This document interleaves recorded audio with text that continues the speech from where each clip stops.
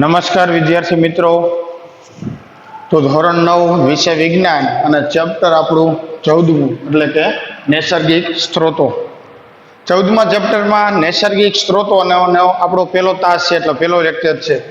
તો વિદ્યાર્થી મિત્રો આપને સહજ પ્રશ્ન થાય કે નૈસર્ગિક સ્ત્રોતો એટલે શું? આપણે પાઠનું નામ આપણા પ્રકરણનું નામ હેડિંગ આપેલું છે નૈસર્ગિક સ્ત્રોતો। તો નૈસર્ગિક સ્ત્રોતો એટલે શું? નૈસર્ગિક સ્ત્રોતો કોને કહેવાય? નૈસર્ગિક એટલે કુદરતી, સ્ત્રોતો એટલે જથ્થો।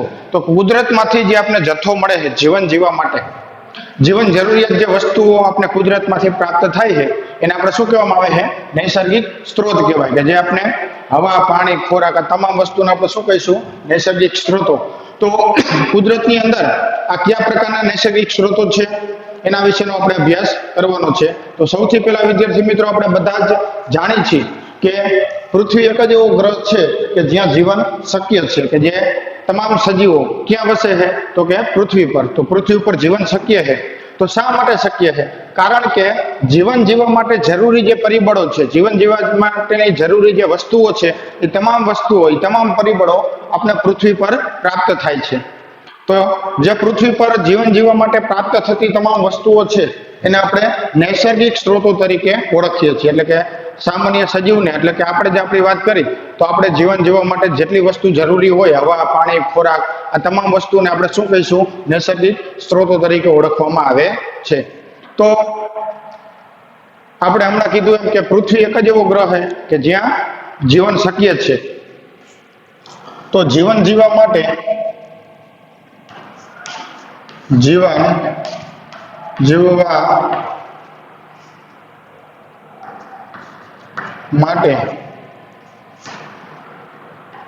ઘણા બધા પરિબળો જવાબદાર છે। શું જીવવા માટે? તો કે પૃથ્વી ઉપર આપણે જીવન જીવવું હોય, આપણે જીવતા હોય કોઈ પણ સજીવ, વનસ્પતિમાં સજીવમાં તમામ વસ્તુનો સમાવેશ થાય। સજીવ એટલે જેનામાં જીવ છે તે। તો આપણે વનસ્પતિ પણ એમાં આવી શકે, પ્રાણીઓ, વનસ્પતિ, તમામ પ્રકારના પ્રાણીઓ, તમામ પ્રકારની વનસ્પતિ, આ તમામનો સમાવેશ કેમાં થશે? તો કે સજીવોમાં થાય। તો જીવન જીવવા માટે ઘણા બધા પરિબળો જવાબદાર છે। આપણે ખબર છે કે જીવન જીવવા માટે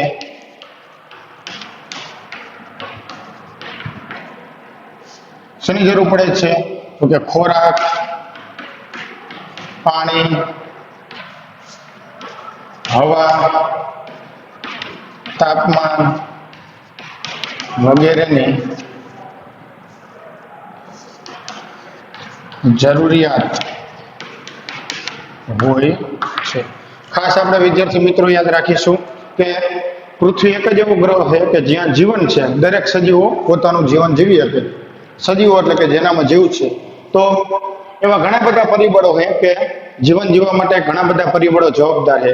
જો એ પરિબળો ન હોય તો આપણે જીવન જીવી શકીએ નહીં। તો એ કયા પરિબળો છે? તો કે જીવન જીવવા માટે તો એક તો સજીવને ખોરાકની જરૂર પડે, પાણીની જરૂર પડે, હવાની જરૂર પડે અને યોગ્ય તાપમાનની જરૂર પડે।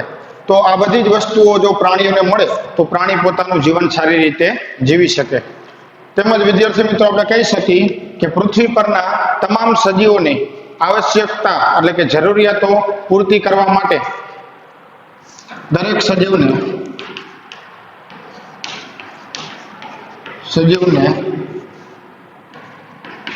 પોતાની જરૂરિયાતોની પૂર્તિ કરવા માટે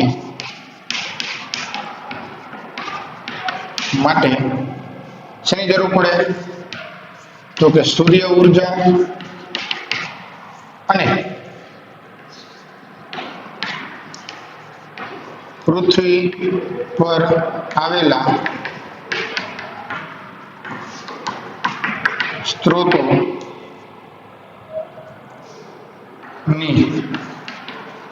જરૂરિયાત હોય છે। તો શું કીધું વિદ્યાર્થી મિત્રો? લીટીમાં આપણે જોશું કે દરેક સજીવને પોતાની જરૂરિયાતોને પૂર્તિ કરવા માટે, દરેક સજીવને પોતાનું જીવન જીવવા માટે સારી રીતે દરેક સજીવ જીવન જીવી શકે, પ્રાણી હોય તો ભલે અને વનસ્પતિ હોય તો ભલે, પોતાની આવશ્યકતા પૂરી કરવા માટે જે જરૂરી હોય એ આવશ્યકતા પૂરી કરવા માટે સૌથી જરૂરી શું છે તો કે સૂર્ય ઉર્જા. કારણ કે આપણે બધા વિદ્યાર્થી મિત્રો આપણે જાણીએ છીએ કે વનસ્પતિ પોતાનો ખોરાક કેમાંથી બનાવે છે તો કે સૂર્યપ્રકાશની હાજરીમાં બનાવે. તો દરેક સજીવને પોતાની ઉર્જા પૂરી કરવા માટે પોતાની જરૂરિયાતો જેટલી છે એ પૂરી કરવા માટે સૂર્ય ઉર્જા અને પૃથ્વી પર આવેલા સ્ત્રોતોની જરૂરિયાત હોય છે. કેની જરૂરિયાત હોય છે તો કે પૃથ્વી પર આવેલા સ્ત્રોતો. તો તરત જ આપણે એવો સવાલ થાય કે પૃથ્વી પર આવેલા આ સ્ત્રોતો ક્યાં છે, તો એની આપણે ચર્ચા કરી.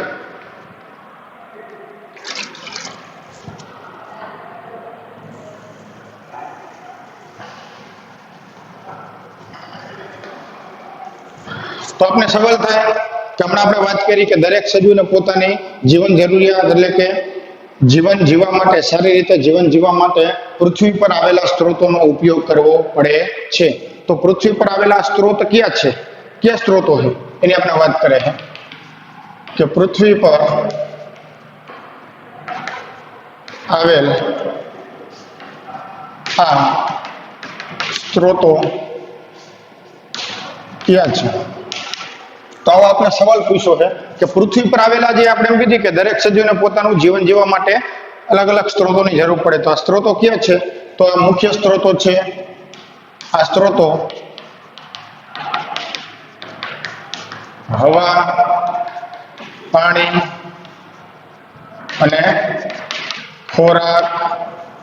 હવા, પાણી, ખોરાક વગેરે. હવા, પાણી, ખોરાક અને જમીન. ખોરાકની આપણે વાત કરી તો ખોરાકનો સમાવેશ એમાં થઈ જશે, જમીનમાં થઈ જાય. તો જમીન લખીએ કે હવા, પાણી અને ભૂમિ. કારણ કે આપણે મોટા ભાગની ખોરાકની જરૂરિયાતો ભૂમિમાંથી પૂર્ણ થતી હોય. તો આ સ્ત્રોતો એટલે ક્યાં? આપણે એમ કીધું કે દરેકને જીવન જીવવા માટે પૃથ્વી પર આવેલા સ્ત્રોતોનો ઉપયોગ કરવો પડે છે અથવા તો સ્ત્રોતોની જરૂર પડે છે. તો આ સ્ત્રોતો ક્યાં આપણે સવાલ થાય તો સ્ત્રોતો 3 છે, હવા, પાણી અને ભૂમિ. હવા, પાણી અને ભૂમિ. તો હવા કોને કહેવાય, પાણી કોને કહેવાય, ભૂમિ કોને કહેવાય એના વિશે આપણે જોઈ કે પૃથ્વીના સૌથી ઉપરના પોપડાને શું કહેવામાં આવે છે? મૃદાવરણ કહે છે, એટલે કે જમીન કહેવાય. પૃથ્વીના સૌથી ઉપરના પોપડાને શું કહેવામાં આવે છે? મૃદાવરણ. મૃદા એટલે જમીન. મૃદા એટલે શું થાય? જમીન.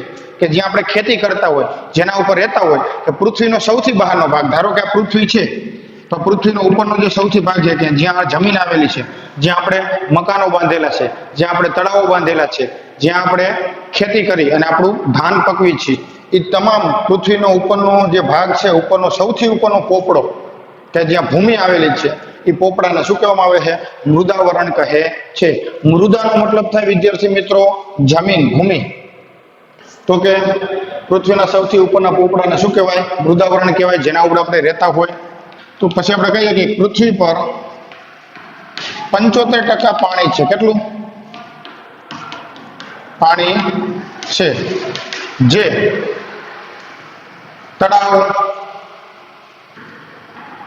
તળાવ, નદી, પછી સમુદ્ર, ઝરણા તેમજ ભૂગર્ભ સ્વરૂપે જોવા મળે છે.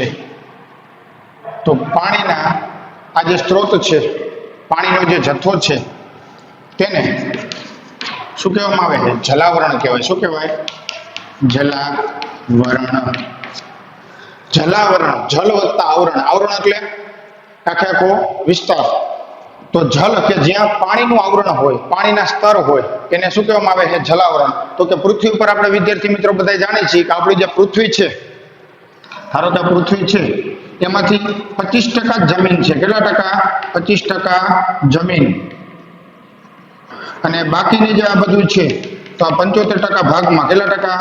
75% પાણી. એમાં સૌથી વધારે જો પાણીનો જથ્થો હોય તો શેમાં છે? સમુદ્રમાં છે. સમુદ્રમાં તમને સૌથી વધારે પાણી જોવા મળશે. પછી આ પાણી તળાવ સ્વરૂપે આપણે ગામમાં તળાવ સ્વરૂપે પણ હોઈ શકે, નદી સ્વરૂપે પણ હોઈ શકે, તમે બંધ બાંધેલા હોય તો બંધ સ્વરૂપે પણ પાણી હોઈ શકે, અને ઇવન કે ભૂગર્ભ સ્વરૂપે એટલે કે જમીનમાં પણ આ પાણી એટલે એનો સમાવેશ થાય કે જેને આપણે કુવા દ્વારા અથવા તો બોર દ્વારા બોરવેલ દ્વારા આપણે એને જમીનમાંથી પાણી કાઢતા હોય. તો આ બધું પાણી મળી અને પૃથ્વી પર પાણીનો જથ્થો કેટલો છે વિદ્યાર્થી મિત્રો? 75% પાણી આપણને જોવા મળે છે. તો જ્યાં પાણીનું આવરણ આવેલું છે, જ્યાં પાણીના સ્તર છે, દાખલા તરીકે તળાવ છે આપણા ગામમાં, તો તળાવ રહ્યું એને જલાવરણ કહેવાય. શું કહેવાય? કહે છે. પછી નદી હોય તો નદીની અંદર પાણી હોય તો એક પાણીનો ભાગ જ થયો તો એને પણ શું કહેવાય? જલાવરણ. સમુદ્રની અંદર ઘણું બધું પાણી છે તો એ પાણી જે છે એને પણ શું કહેવામાં આવે છે? જલાવરણ. તો ટૂંકમાં બે શબ્દ આવ્યા, મૃદાવરણ. જ્યાં જમીન હોય, જે ભાગમાં જમીન છે એને મૃદાવરણ કહેવાય, જે ભાગમાં તમને પાણી જોવા મળે છે એને શું કહેવાય? જલાવરણ. એવી જ રીતે હવે આપણે વાત કરી કે પૃથ્વીની ફરતે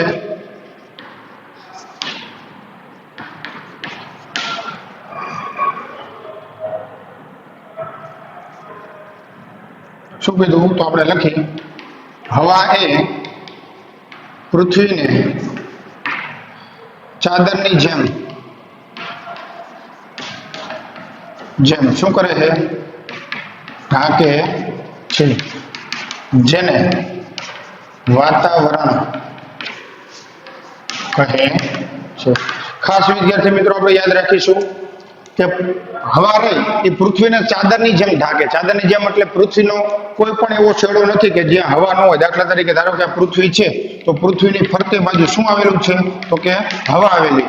તો પૃથ્વીને સંપૂર્ણ રીતે ઢાંકી દે. કોણ ઢાંકે છે? તો કે હવા ઢાંકે છે. જેવી રીતે આપણે ચાદર ઓઢી, શિયાળાની અંદર આપણે ચાદર ઓઢી જઈએ અને આપણું આખું શરીર સંપૂર્ણ ઢકાઈ જાય, એવી જ રીતે આખી પૃથ્વીને કોણ ઢાંકે છે? તો કે હવા. એટલે કે ચાદરની માફક અથવા તો કામડો કહે તો કામડાની માફક અથવા તો ચાદરની માફક, ચાદરની જેમ આખા પૃથ્વીને ઢાંકે એ હવા કે જેને આપણે વાતાવરણ તરીકે ઓળખીએ છીએ, અથવા તો વાયુ આવરણ પણ કહેવાય અથવા તો વાતાવરણ પણ એને કહેવામાં આવે છે.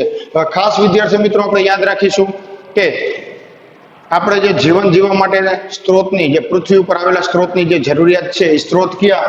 તો કે મૃદાવરણ, જલાવરણ અને વાતાવરણ. મૃદાવરણ કોને કહેવાય? કે જ્યાં જમીન આવેલી છે, કે જેના ઉપર આપણે ખેતી કરી છીએ, જેના ઉપર આપણે રહી છીએ, આપણે મકાન બાંધેલા છે, જેના ઉપર આપણે રસ્તા બનાવેલા છે, તો એ પૃથ્વીનો જે સૌથી ઉપરનો પોપડો છે, જે સૌથી પૃથ્વીનો ઉપરની જમીન છે, ઉપરનો ભાગ છે, એને મૃદાવરણ કહેવાય. પછી જ્યાં તમને પાણી જોવા મળે જે ભાગમાં, કે દાખલા તરીકે તળાવ છે, નદી છે, ઝરણા છે, સમુદ્ર છે, એ જે પાણીવાળો ભાગ છે એને શું કહેવામાં આવે છે? જલાવરણ. અને એવી જ રીતે પૃથ્વી, તો પૃથ્વીનો એવો ભાગ નથી કે જ્યાં હવા ન આવેલી. તો પૃથ્વીની ફરતે બાજુ હવા આવેલી છે, એટલે કે પૃથ્વી, હવા છે એ પૃથ્વીને કેવી રીતે? ચાદરની જેમ ઢાંકે છે. તો જેને આપણે વાતાવરણ તરીકે ઓળખીએ છીએ. અને વાતાવરણ છે એટલા માટે જ આપણે પૃથ્વી ઉપર જીવી શકીએ છીએ, કારણ કે વાતાવરણમાંથી, એ હવામાંથી આપણે ઓક્સિજન મળે છે, એટલા માટે આપણે જીવન જીવી શકીએ છીએ. તો હવે વિદ્યાર્થી મિત્રો અહીં આપણે 3 આવરણની વાત કરી અને ત્રણેય આવરણ ભેગા મળી અને એક ચોથા આવરણની રચના કરે છે, જેને આપણે જીવાવરણ કહીએ છીએ. આ ત્રણેય આવરણ મળીને શેની રચના થાય છે? જીવાવરણની રચના થાય છે. જીવાવરણ, જીવ આવરણ, કે જ્યાં જીવ આવેલા હોય. જો આ 3 આવરણ હશે તો જ ચોથું આવરણ એટલે કે જીવાવરણ બનશે, નકર જીવાવરણ થશે નહીં. જીવાવરણ એટલે જ્યાં સજીવો વસતા હોય એને શું કહેવાય? જીવાવરણ કહેવાય. તો આપણે પૃથ્વી ઉપર રહી જ છીએ. રહી તો કે હા, શા માટે રહી છે?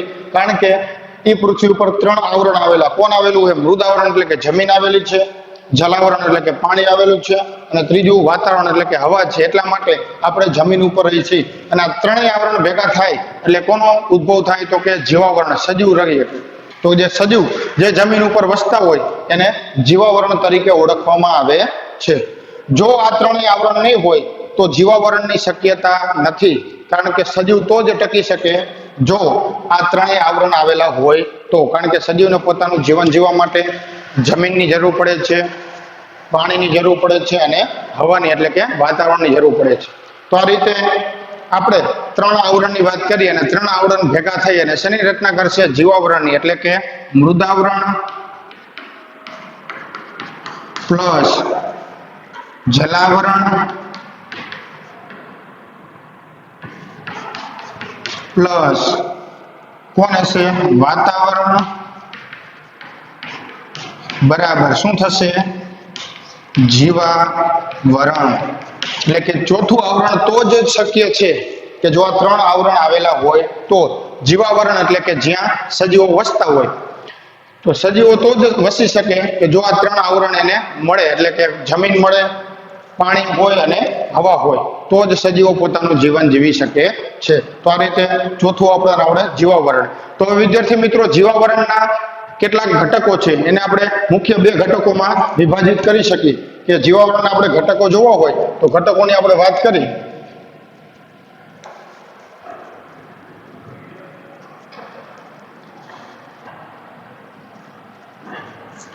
તો જીવાવરણના બે ઘટકો છે.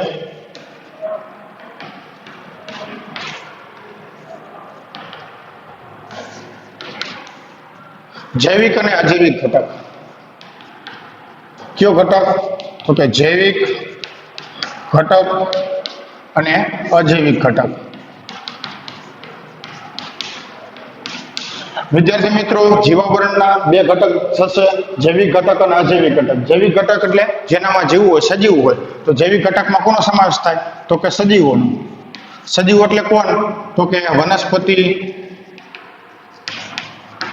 પ્રાણીઓ વગેરે. સજીવમાં કોણ આવશે? તો કે વનસ્પતિ, તમામ પ્રકારની વનસ્પતિ, તમામ પ્રકારના પ્રાણીઓ, આ તમામનો સમાવેશ કેમાં થાય? તો કે જૈવિક ઘટકમાં. અજૈવિક ઘટકો એટલે નિર્જીવ હોય. કેવા હોય? નિર્જીવ, કે જેનામાં કોઈ જીવ હોતો નથી, જેમ કે પાણી, ભૂમિ, હવા વગેરે. તો જીવાવરણ એટલે કે જ્યાં આપણે પૃથ્વી ઉપર રહી ત્યાં ત્રણ આવરણ ભેગા થઈ અને ચોથું આવરણ કયું બનશે?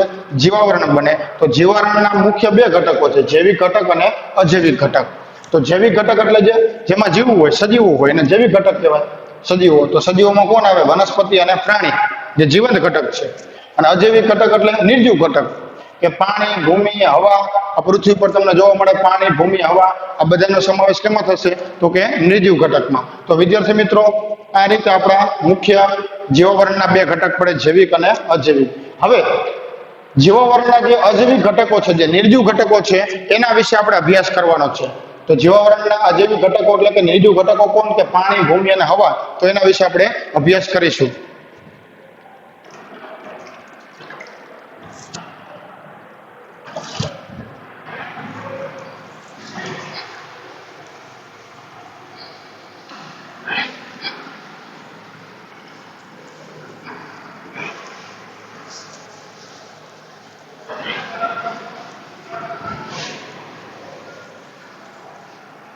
તો હવે જીવાવરણના અજૈવિક જે ઘટકો છે એની આપણે વાત કરી, તેમાં આપણે મુદ્દો આપેલો છે વિદ્યાર્થી મિત્રો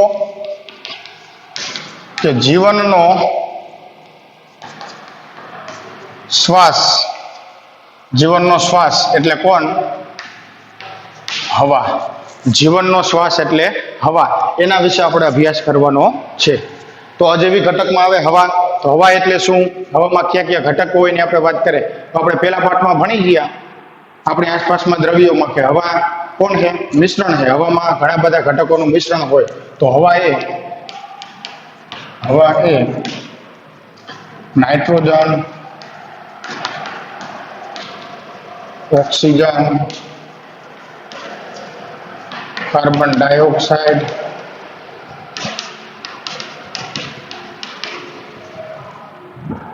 તેમજ પાણીની બાષ્પ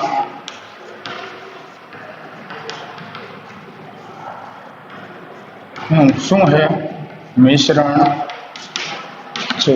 તો કે આજુબાજુ આપણા આજુબાજુ જે હવા આવેલી છે એ હવામાં શું હોય? તો હવામાં તમને નાઇટ્રોજન, ઓક્સિજન, કાર્બન ડાયોક્સાઇડ, બીજા અન્ય વાયુ પણ જોવા મળે, આર્ગોન, હિલિયમ ના બધા ઘણા બધા વાયુ હશે, પણ એનું પ્રમાણ ઘણું બધું ઓછું હોય.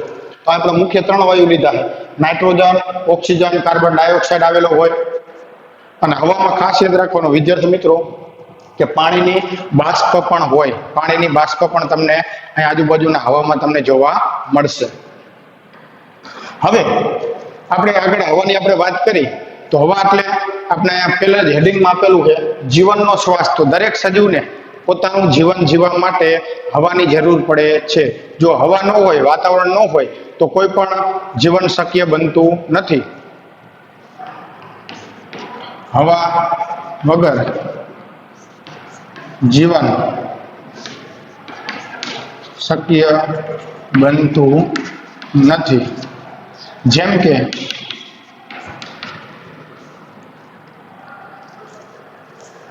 હવા વગર જીવન આપણું શક્ય બનતું નથી. અને ખાસ કરીને જીવન જીવવા માટે આપણે કઈ જરૂર પડે છે? તો કે ઓક્સિજનની. કે જીવન જીવવા માટે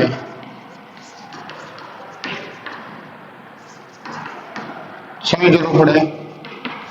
ઓક્સિજન વાયુની જરૂર પડે છે. જીવન જીવવા માટે કયા વાયુની જરૂર પડે? ઓક્સિજન વાયુની. આપણે શ્વાસમાં જે ઓક્સિજન લઈ. તો હવે વિદ્યાર્થી મિત્રો આપણે એવો સવાલ થાય, અથવા તો આપણે કહી શકીએ મંગળ અને શુક્ર ગ્રહ વિશે તમે જાણતા હશો. આપણો એક ગ્રહનો ભાગ છે, આપણા સૂર્યમંડળનો એક ભાગ છે.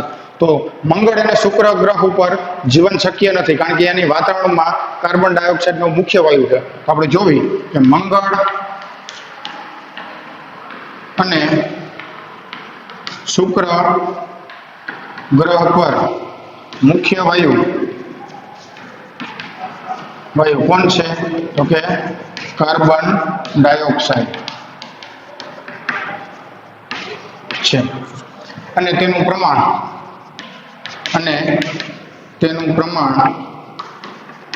કેટલું છે? તો કે 95 થી 97%. તો કે મંગળ અને શુક્ર ઉપર આપણે જીવન જીવી શકતા નથી, રહી શકતા નથી. શા માટે રહી શકતા નથી? કારણ કે જીવન જીવવા માટેનો આપણો જે મુખ્ય વાયુ છે ઓક્સિજન, એ ઓક્સિજન આપણે પૃથ્વી પર વધારે મળે. પરંતુ જો તમે મંગળ અને શુક્ર ઉપર જઈશો તો અહીંયા તમને કાર્બન ડાયોક્સાઇડનું પ્રમાણ વધારે જોવા મળશે. એટલે કે કાર્બન ડાયોક્સાઇડ વાયુ વધારે પ્રમાણમાં છે. વધારે એટલે કેટલા પ્રમાણમાં? તો કે 95 થી 97% જેટલો કાર્બન ડાયોક્સાઇડ વાયુ છે. એટલા માટે એ ગ્રહ ઉપર એટલે કે મંગળ અને શુક્ર ઉપર આપણે જીવન જીવી શકતા નથી. હવે વિદ્યાર્થી મિત્રો આપણે આગળ સવાલ થાય કે ઓક્સિજન વાયુ છે એ ક્યાં વપરાય છે અને કોણ ઉત્પન્ન થાય? તો આપણે ખબર છે કે જ્યારે આપણે શ્વસન કરીએ, શ્વસનની ક્રિયામાં ઓક્સિજન વપરાય અને કાર્બન ડાયોક્સાઇડ શું થાય છે? ઉત્પન્ન થાય છે. ખાસ વિદ્યાર્થી મિત્રો આપણે યાદ રાખીશું કે શ્વસનની ક્રિયામાં, કેની ક્રિયામાં? કે શ્વસનની ક્રિયામાં ઓક્સિજન વપરાય. આપણે બધાને ખબર આગળ શ્વાસમાં શું લઈએ? તો ઓક્સિજન લઈશું તો વાતાવરણમાંથી ઓક્સિજન વપરાઈ જાય છે. અને આપણે ઉશ્વાસમાં એટલે કે બહાર શું કાઢશું? Carbon dioxide. એટલે કાર્બન ડાયોક્સાઇડ વાતાવરણમાં પાછો આવશે. તો બીજું આપણે એક ઉદાહરણ લઈએ જેમાં ઓક્સિજન વપરાતો હોય અને કાર્બન ડાયોક્સાઇડ મુક્ત થતો હોય. તો બીજી ક્રિયા કઈ છે? દહન. દહન દરમિયાન ઓક્સિજન વપરાય અને કાર્બન ડાયોક્સાઇડ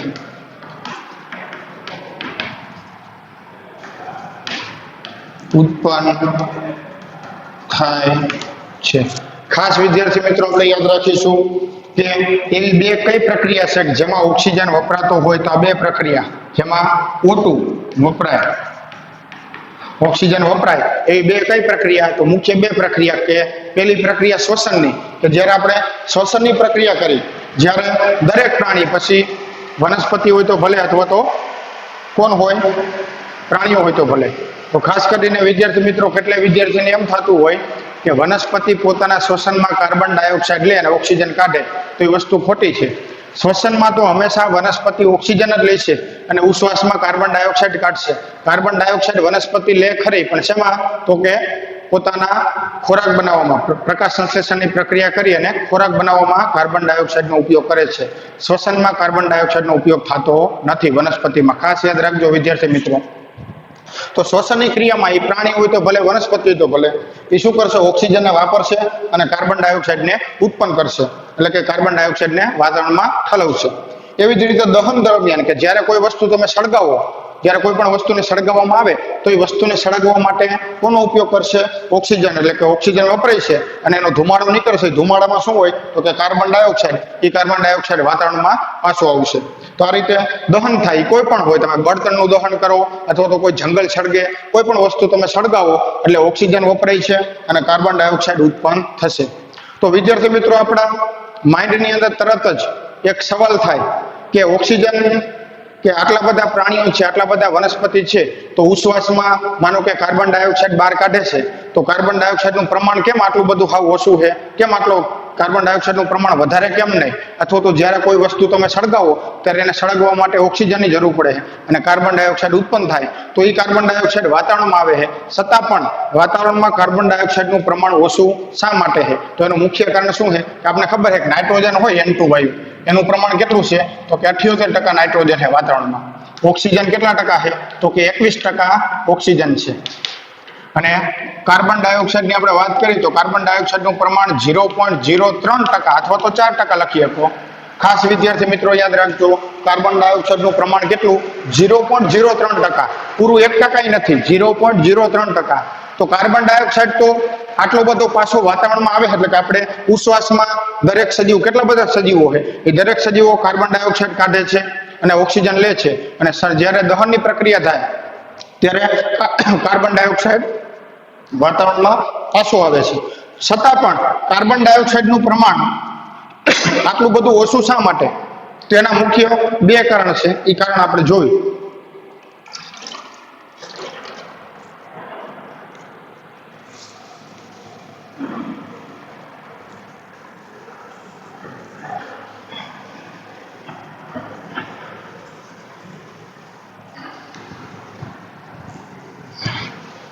કાર્બન ડાયોક્સાઇડનું પ્રમાણ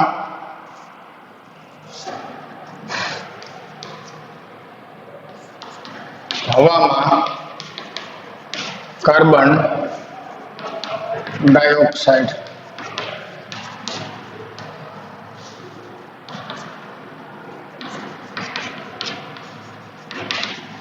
ઓછું હોવાના કારણ, ઓછું હોવાનું કારણ મુખ્ય બે કારણ છે. કારણ કે સ્થાપન એટલે ઓક્સિજન ક્યાં વપરાઈ જાય છે? તો ઓક્સિજનનું બે રીતે સ્થાપન, કાર્બન ડાયોક્સાઇડનું, તો કે CO2 નું, એટલે કે કાર્બન ડાયોક્સાઇડનું સ્થાપન બે રીતે થાય. એટલે કે કાર્બન ડાયોક્સાઇડ સ્થાપન એટલે કે કાર્બન ડાયોક્સાઇડ ક્યાં વપરાઈ જાય? તો આપણે જે વાતાવરણમાં ઉશ્વાસમાં ઓક્સિજન કાર્બન ડાયોક્સાઇડ કાઢી, એ કાર્બન ડાયોક્સાઇડ ક્યાં વપરાઈ જાય? એનું સ્થાપન કઈ જગ્યાએ થાય છે? તો બે રીતે થાય. પહેલી રીત કઈ? તો કે લીલી વનસ્પતિઓ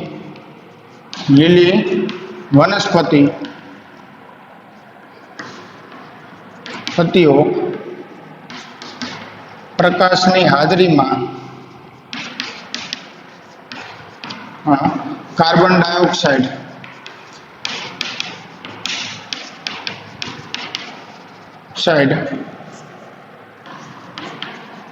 વાયુનો ઉપયોગ કરી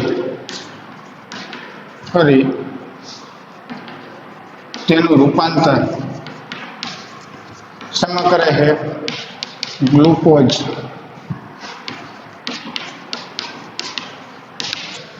તો કે કાર્બન ડાયોક્સાઇડનું પ્રમાણ ઓછું હોવાનું મુખ્ય એક કારણ, એટલે કે કાર્બન ડાયોક્સાઇડ જે વપરાઈ જાય છે, કે કાર્બન ડાયોક્સાઇડ ઓછો શા માટે છે? ઓછું હોવાનું મુખ્ય કારણ એક એનું સ્થાપન એટલે કે કાર્બન ડાયોક્સાઇડ બે રીતે વપરાય. તો પહેલી કઈ રીતે? કે લીલી વનસ્પતિઓ. તો પૃથ્વી પર પુષ્કળ પ્રમાણમાં ઘણા બધા હજારો અબજો સંખ્યામાં લીલી વનસ્પતિ આવેલી છે. અને દરેક લીલી વનસ્પતિને પોતાની ખોરાક બનાવવા માટે શેની જરૂર પડે છે? કાર્બન ડાયોક્સાઇડની. એટલે મોટા ભાગનો કાર્બન ડાયોક્સાઇડ કોણ લઈ લેશે? લીલી વનસ્પતિ લઈ લે. કોની હાજરીમાં? કે લીલી વનસ્પતિઓ પ્રકાશની હાજરીમાં કાર્બન ડાયોક્સાઇડનો ઉપયોગ કરી અને એ કાર્બન ડાયોક્સાઇડનું રૂપાંતર શેમાં કરશે? ગ્લુકોઝમાં. ગ્લુકોઝ એટલે કે ખોરાકમાં પોતાનો ખોરાક બનાવી નાખશે. એટલે કે વનસ્પતિ જે ખોરાક બનાવે એ ખોરાક બનાવવા માટે શું વપરાય છે? તો કે એમાં કાર્બન ડાયોક્સાઇડ વપરાઈ જાય છે. એટલા માટે આપણા વાતાવરણમાં કાર્બન ડાયોક્સાઇડનું પ્રમાણ ઓછું છે. પછી બીજું મુખ્ય કારણ શું? તો કે ઘણા બધા દરિયાઈ પ્રાણીઓ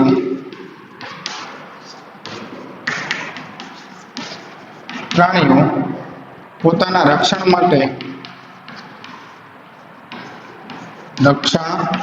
માટે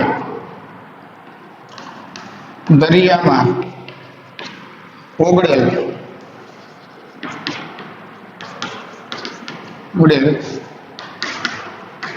કાર્બોનેટ માંથી કવચ બનાવે છે. શું કરે વિદ્યાર્થી મિત્રો? કે ઘણા બધા દરિયાઈ પ્રાણીઓ કે દરિયાની સૃષ્ટિ ઘણી બધી મોટી છે કે આપણે પૃથ્વી ઉપર જેટલા સજીવો છે તેના કરતા પણ કદાચ વધારે દરિયાની અંદર તમને પ્રાણીઓ જોવા મળે. તો કારણ કે દરિયાનું પ્રમાણ ખૂબ જ વધારે છે. દરિયો તમે જુઓ તો આપણે ખાસ કરીને પૃથ્વીની આપણે વાત કરીએ તો 25% જમીન છે અને બાકીની 75% શું છે? દરિયાનું પાણી છે. અને એ દરિયાનું પાણી ખૂબ જ વધારે છે. તો દરિયાની અંદર રહેતા કેટલાક એવા પ્રાણીઓ હોય કે પોતાના રક્ષણ માટે એ કવચ બનાવતા હોય. દાખલા તરીકે ખાસ કરીને સુરતોચી પ્રાણીઓ, દાખલા તરીકે આપણે સ્ટારફિશને જોતા હોય તો સ્ટારફિશ છે, આવા બધા પ્રાણીઓ છે એ પોતાના રક્ષણ માટે પોતાનું કવચ બનાવે. અને એ કવચ એ શેમાંથી બનાવે છે? તો કે દરિયાના પાણીમાં રહેલા કાર્બોનેટમાંથી એ પોતાનું કવચ બનાવે છે. અને એ કવચ શેમાંથી બને? કાર્બોનેટમાંથી. કાર્બોનેટ શેમાંથી બને? કાર્બન ડાયોક્સાઇડમાંથી. તો આ રીતે દરિયાના પાણીમાં મોટા ભાગનો કાર્બન ડાયોક્સાઇડ વપરાઈ જાય. તો એટલા માટે આપણે કહી શકીએ કે હવામાં કાર્બન ડાયોક્સાઇડનું પ્રમાણ ઓછું હોવાના મુખ્ય 2 કારણ છે. એનું કારણ શું? તો કે કાર્બન ડાયોક્સાઇડનું સ્થાપન આ 2 રીતે થઈ શકે. આ રીતે 2 રીતે થાય એટલા માટે હવામાં કાર્બન ડાયોક્સાઇડનું પ્રમાણ ઓછું છે. તો હવે વિદ્યાર્થી મિત્રો હવાનું એક બીજું આપણે કારણ લઈશું, અથવા તો હવા છે આપણા વાતાવરણમાં તાપમાન કેવી રીતે જાળવી રાખે એનો અભ્યાસ આપણે આગળના લેક્ચરમાં કરીશું. અસ્તુ. જય હિન્દ.